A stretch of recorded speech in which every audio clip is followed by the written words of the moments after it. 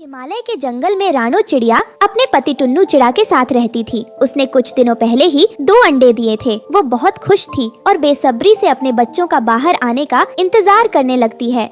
रानो चिड़िया का स्वभाव बहुत अच्छा था। वो सब पक्षियों की मदद करती थी। एक दिन जंगल में बहुत तेज बारिश होने लगती है, जो थोड़ी देर बाद एक बाढ़ का रूप ले लेती है, जिसे देखकर सब पक्षी डर जाते हैं और अपनी जान बचाने के लिए अपने घर छोड़कर वहां से चले जाते हैं। तभी टुन्नू चिड़ा अपनी पत्नी रानो से कहता है, रानो, अरे ओ रानो, तुम मेरी बात क्यों नहीं सुनती हो? मैं तुम्हें कब से समझाने की कोशिश कर रहा हूँ, लेकिन तुम हो कि अपनी जिद पर अड़ी हो। बारिश बहुत तेज हो रही है। दूसरे सारे पक्षी अपने अपने घरों को छोड़कर सुरक्षित जगह पर आसरा ले चुके हैं। चलो रानो, ऊपर वाले के लिए मेरी बात मानो, बच्चों की तरह जिंदा करो। नहीं टुन्नू जी, मैं कहीं नहीं जाऊंगी। अपने अंडों को छोड़कर मैं कहीं नहीं जाऊंगी यहाँ से। मेरे अंडे से बच्चे किसी भी समय बाहर आ सकते हैं। अगर मैं जाऊंगी तो मेरे अंडे भी मेरे साथ जाएंगे। रानो, जिद मत करो। बरगद के खोकर में बस 2 पक्षियों की छिपने भर की जगह बची है। मैं कहता हूँ छोड़ो इन अंडों को, चलो यहाँ से मेरे साथ। नहीं, मैं नहीं जाऊंगी। आपको जाना है तो जाए। टुन्नू चिड़ा रानो से हार मान चुका था। वो वहाँ से चला जाता है। बारिश और तेज हो चुकी थी। रानो अपने अंडों को अपने पंखों में छिपाए बारिश में भीग रही थी। तभी एक आवाज के साथ रानो चिड़िया का घर टूट जाता है। अंडे पानी में गिर जाते हैं और वो फूट जाते हैं। तभी अंडे से बच्चे बाहर आ चुके थे और पानी में बहने लगते हैं। बचाओ, हमें बचाओ, मम्मा, हम डूब जाएंगे, हमें बचाओ। ये देखकर रानो चिड़िया घबरा जाती है। मेरे बच्चों, आप मत घबराओ, आपको कुछ नहीं होगा। आपकी मम्मा आपको बचा लेगी। मैं तुम लोगों को कुछ नहीं होने दूंगी। मैं बचा लूंगी तुम दोनों को। बड़ी मुश्किलों के बाद रानो चिड़िया अपने बच्चों को किसी तरह बचा लेती है। ऐसे ही सुबह हो जाती है, मगर बारिश तो रुकने का नाम ही नहीं ले रही थी। रानो के बच्चे 2 दिनों से भूखे थे। पत्ते की आड़ में रानो चिड़िया अपने बच्चों को लेकर बैठी सोच रही थी, ये कैसी परीक्षा है भगवान। इतने दिनों बाद आपने मुझे संतान का सुख दिया है, लेकिन मैं अपने बच्चों के साथ इस मुसीबत में फंसी हूँ। मेरे बच्चों को अंडे से बाहर आए 2 दिन हो गए, पर मैंने अभी तक उन्हें कुछ नहीं खिलाया। इतनी तेज बारिश में मैं अपने बच्चों को कैसे भोजन दूँ? मेरे बच्चे कहीं भूख से बिलक बिलक कर मर ना जाए। तभी तेज बिजली कड़कती है। बचाओ, बचाओ, मुझे कोई बचाओ, मैं डूब रहा हूँ। और रानो चिड़िया को ऐसा लगता है जैसे कोई उसे मदद के लिए पुकार रहा हो। भगवान, अब मैं क्या करूं? अपने बच्चों को छोड़कर मैं कैसे जाऊं? आप ही हमें कोई रास्ता दिखाइए। मुझे ऐसा क्यों लग रहा है जैसे किसी को मेरी मदद की जरूरत है, कोई मुझे पुकार रहा है। तभी रानो को फिर से वही आवाज सुनाई देती है, बचाओ, बचाओ, मुझे कोई बचाओ, मैं डूब रहा हूँ। मुझे जाना ही होगा। भगवान, मेरे बच्चों की रक्षा करना। उसकी आवाज सुनकर रानो चिड़िया अपने बच्चों को छोड़कर बारिश में निकल पड़ती है। तभी उसे पानी में डूबता हुए एक पक्षी नजर आता है, जो मदद की गुहार लगा रहा था। अरे, ये तो कोई साधु बाबा लगते हैं। लगता है बारिश की वजह से ये इस बाढ़ में फंस गए हैं। बाबा, आप परेशान मत हो, मैं आपको बचा लूंगी। रानो चिड़िया अपने आसपास देखती है और एक टहनी लेकर पानी में डालती है। बाबा सुनिए बाबा, आप इस टहनी को पकड़कर धीरे धीरे बाहर आने की कोशिश करें। तभी बाबा के शरीर में थोड़ी हलचल होती है और वो टहनी पकड़कर धीरे धीरे ऊपर आ जाते हैं और रानो चिड़िया का धन्यवाद करते हैं।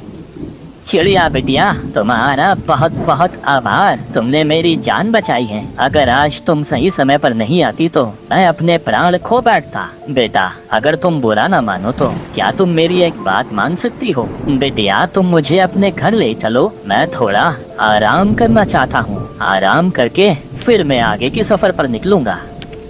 ये सुनकर रानो को बहुत बुरा लगता है। वो उदास होकर बाबा से कहती है, बाबा, मुझे माफ करना, मैं आपकी ये बात नहीं मान सकती, क्योंकि बाबा, मैं बेघर हूँ। मेरा कोई घर नहीं है। मेरे नन्हे नन्हे 2 बच्चे हैं, जो अभी अभी अंडे से बाहर आए हैं। वो 2 दिनों से भूखे हैं। मैं उन्हें पत्तों में छुपाकर यहाँ आई हूँ। पता नहीं इतनी तेज बारिश में मैं अपने बच्चों को कितने दिनों तक बचा पाऊंगी। बाबा, मैं मजबूर हूँ। बाबा, मैं आपकी कोई मदद नहीं कर सकती।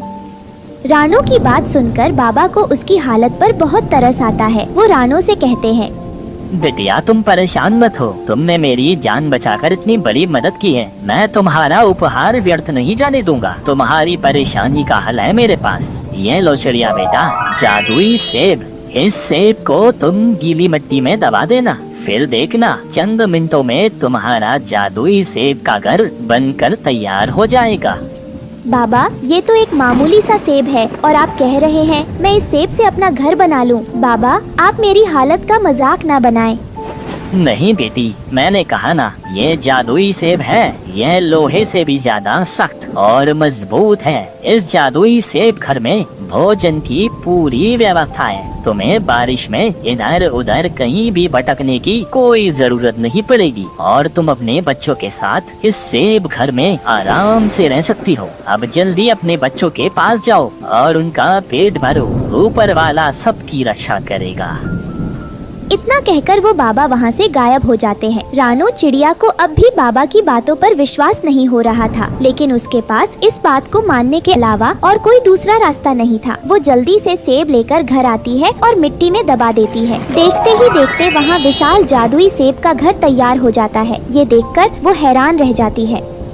अरे वाह, ये तो चमत्कार हो गया। बाबा ने सही कहा था, ये मामूली सा सेब एक विशाल सेब घर में बदल गया। आओ बच्चों, मेरे साथ इस सेब घर के अंदर चलो। हमारी परेशानी खत्म होने का समय आ गया है।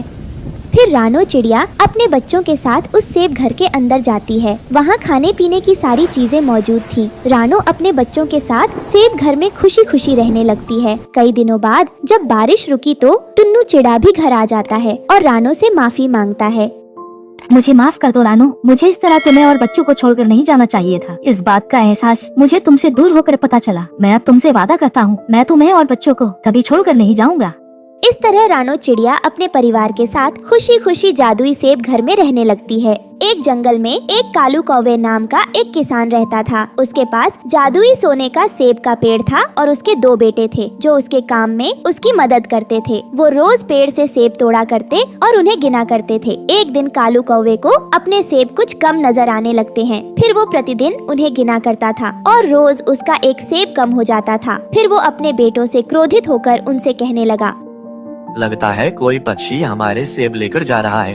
हाँ पिताजी, लगता है कोई हमारे बाग से चोरी कर रहा है। हमें पेड़ पर नजर रखनी होगी। हाँ पिताजी, हम उन्हें पकड़कर जरूर सजा देंगे ताकि वो दोबारा ऐसा करने से पहले 100 बार सोचें। ठीक है, पर इसकी जिम्मेदारी कौन लेगा? दोनों बेटे आगे आते हैं और फिर कालू कौवा अपने बड़े बेटे को इसकी जिम्मेदारी दे देता है। फिर बड़ा बेटा रात को उस सोने के सेब के पेड़ की रखवाली कर रहा होता है और पूरी रात जगते जगते वो थककर सो जाता है।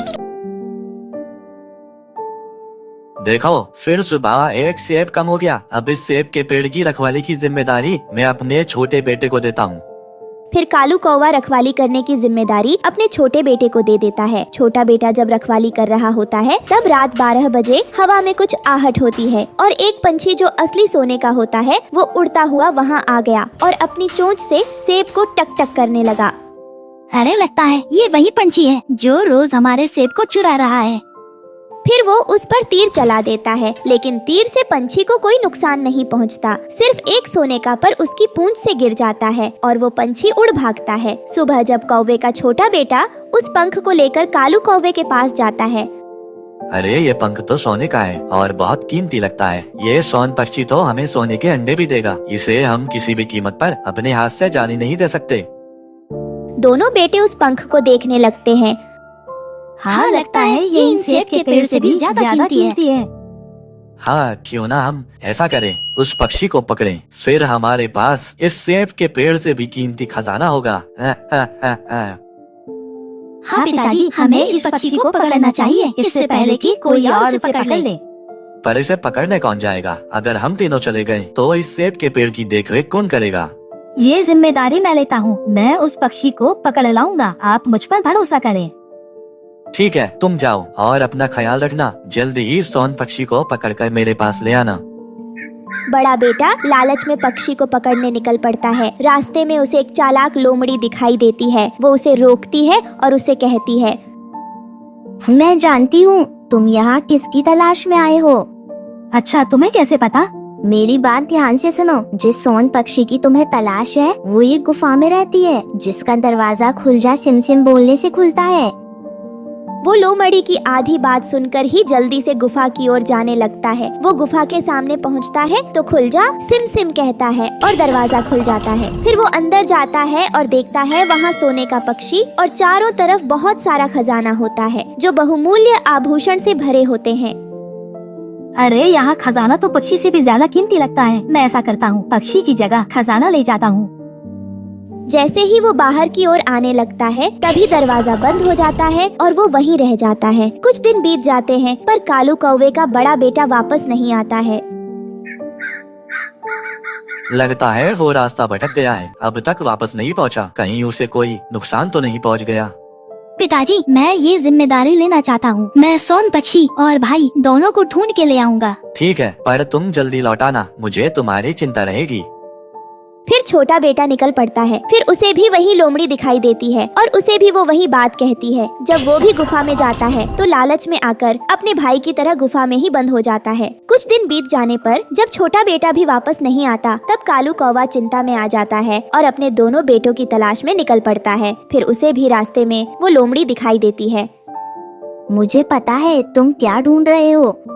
मैं अपने दोनों बेटों की तलाश में आया हूँ। अच्छा, वही दोनों बेटे जो सोन पक्षी को ढूंढ रहे थे। तुम्हें कैसे पता? हाँ, मैं जानती हूँ। मैंने ही उन्हें गुफा का रास्ता बताया था जहाँ सोन पक्षी रहती है। अच्छा, जब तुमने रास्ता बताया तो वो अब तक वापस कैसे नहीं आए? क्योंकि तुम्हारे बेटे पूरी बात सुने बिना ही जल्दी से चले गए। अच्छा, तो तुम मुझे बताओ उस गुफा के बारे में और वहाँ कैसे जाना है। फिर लोमड़ी उसे सारी बातें बताती हैं और वो भी सब सुन गुफा की ओर चल पड़ता है। गुफा के सामने पहुंचता है तो खुल जा सिम सिम कहता है, जिससे दरवाजा खुल जाता है और वो अंदर चला जाता है। अरे, यहाँ तो बहुत सारा खजाना है और सोन पक्षी भी हैं। अरे ये क्या, मेरे दोनों बेटे बेहोश पड़े हैं। ये देख वो रोने लगता है। उसके रोने की आवाज सुन गुफा में से आवाज आती है, तुम भी इन्हीं की तरह यहाँ लालच में आए हो क्या? नहीं नहीं, मैं तो अपने दोनों बेटों को ढूंढने आया हूँ। अच्छा, तेरे दोनों बेटे लालच में आकर मेरा खजाना ले जा रहे थे, इसलिए यहाँ बंद हो गए हैं। आप इन्हें माफ कर दो, अब हम ऐसा कभी नहीं करेंगे और सोन पक्षी भी नहीं चाहिए। पर मैं तुम्हें क्यों माफ करूं? आप मुझ पर दया करो। अगर आप मुझे माफ कर दोगे तो सोन पक्षी जब चाहे तब मेरे पेड़ से सेब खा सकता है।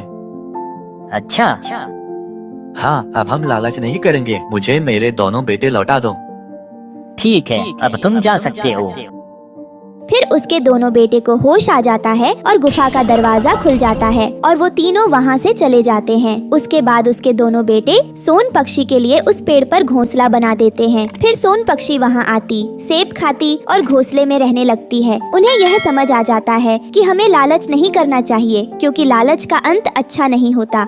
तो बच्चों, इस कहानी से हमें यह शिक्षा मिलती है कि हमें लालच नहीं करना चाहिए। लालच करना बुरी बात है। दोस्तों, हमें उम्मीद है कि आपको हमारी कहानी पसंद आई होगी। कृपया कमेंट करके बताएं कि आपको यह कहानी कैसी लगी और वीडियो को लाइक और शेयर करना न भूलें। अगर आप हमारे चैनल पर नए हैं तो सब्सक्राइब जरूर करें। धन्यवाद।